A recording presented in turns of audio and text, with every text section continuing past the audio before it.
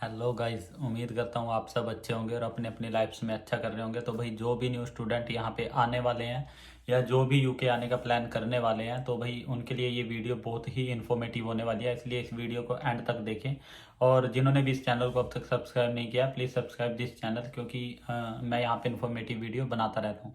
तो भाई आज हम इस वीडियो में बात करेंगे जो रूल्स यूके में अभी इम्प्लीमेंट होने वाले हैं या जो रिसेंटली इम्प्लीमेंट हुए हैं, वो आपके लिए किस तरह हेल्पफुल हैं और वो क्या क्या रूल्स हैं जिससे आपको बेनिफिट हो सकता है। तो विदाउट वेस्टिंग टाइम हम वीडियो कर लेते हैं शुरू भाई। तो सबसे पहला रूल है जो वो आया है भाई कॉन्ट्रैक्टेड हावर्स का। तो जो पहले जैसे एम्प्लॉयर होते थे वो क्या करते थे, आपको ना जब जैसे आप जॉब लेते थे तो आपके साइन करवाते थे वो एक एग्रीमेंट, वो होता था जीरो कॉन्ट्रैक्टेड हावर्स। मतलब अगर आप फुल टाइम हो चाहे आप पार्ट टाइम हो, तो वो उनकी कोई कमिटमेंट नहीं होती थी कि आपको 20 आवर्स या 40 आवर्स देंगे वो। तो वो आपके साथ जस्ट कॉन्ट्रैक्ट करते थे जीरो हावर्स का।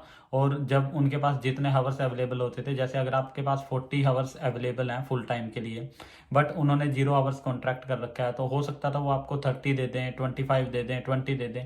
तो आप उनको ना बोल सकते थे ना आप उनको चैलेंज कर सकते थे कि भाई मैं फुल टाइम हूँ तो मुझे 40 आवर्स चाहिए और मेरी ये रिक्वायरमेंट है।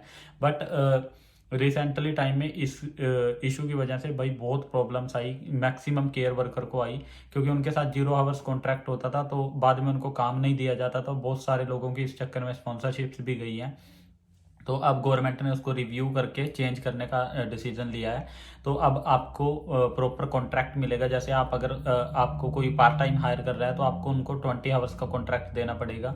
अगर फुल टाइम हायर कर रहा है तो आपको वो 40 आवर्स का कॉन्ट्रैक्ट देंगे। तो इससे आपको ये बेनिफिट होगा कि आपको अपने हावर्स पता होंगे कि भाई मुझे इतने हावर्स मिलेंगे। तो जितने आपके कॉन्ट्रैक्टेड हावर्स होंगे उससे कम आपको कोई हावर्स नहीं दे सकता है। ये बहुत ही बेनिफिशियल चीज़ होती है, क्योंकि भाई आप जब काम करते हो तो अगर आपके पास श्योरिटी हो कि एक वीक में मेरे 40 आवर्स तो लगने हैं, तो आपके पास उसके अकॉर्डिंग ही पैसा आता है और आप उसके अकॉर्डिंग अपनी लाइफ मैनेज कर पाते हैं और बहुत ही स्मूथ लाइफ हो जाती है।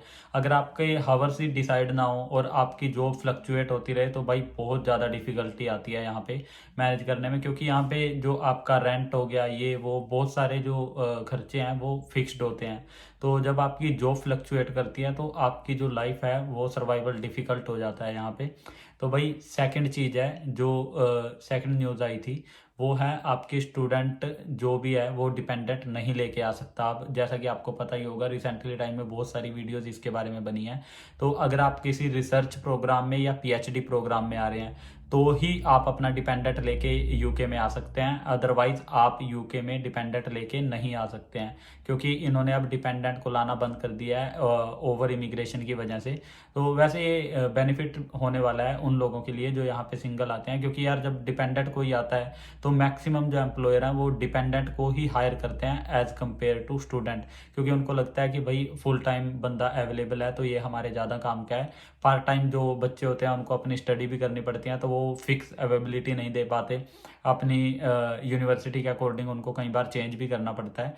तो भाई इसलिए जो वो है वो फुल टाइमर को पहले प्रेफरेंस देते थे, बट अब जैसे डिपेंडेंट आना कम होंगे तो जॉब मार्केट में भी इसका असर देखने को मिलेगा। तो स्टूडेंट को जॉब मिलना इजी हो जाएगी, जो आज के टाइम में बहुत ही डिफिकल्ट है। बच्चों को जॉब नहीं मिल रही है, बच्चे बहुत परेशान है भाई, क्योंकि जो स्टूडेंट आते हैं उनको कोई हायर नहीं करना चाह रहा।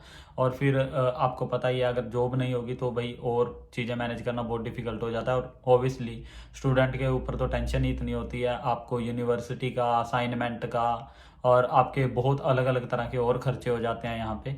तो भाई जो थर्ड रूल है वो था पीएसडब्ल्यू बोल रहे थे कि पीएसडब्ल्यू अब शायद ना रहे या 1 ईयर का रह जाए। तो भाई अभी गवर्नमेंट ने बोला है कि वो 2 ईयर का एज इट इज़ ही रहेगा, तो किसी को टेंशन लेने की ज़रूरत नहीं है, आपको पीएसडब्ल्यू 2 ईयर का ही मिलेगा आफ्टर पोस्ट स्टडी जो वर्क परमिट होता है। फोर्थ जो न्यूज़ है वो है भाई आपके बीआरपी से रिलेटेड। तो फाइनली यूके जो गवर्नमेंट है उसने डिसाइड कर लिया है कि आपका जो बीआरपी रेजिडेंस कार्ड होता है आपको पता होगा, आपको एक इलेक्ट्रॉनिक कार्ड दिया जाता था पहले, जो ओबियसली यहाँ पे स्टूडेंट रह रहे हैं उनके पास, सबके पास है। तो भाई वो अब रिप्लेस कर दिया गया है डिजिटल से। तो अब आपको अपना जो जैसे जो भी आपका इमिग्रेशन स्टेटस है वो ऑनलाइन ही चेक हो जाया करेगा और ऑनलाइन ही पता चल जाया करेगा।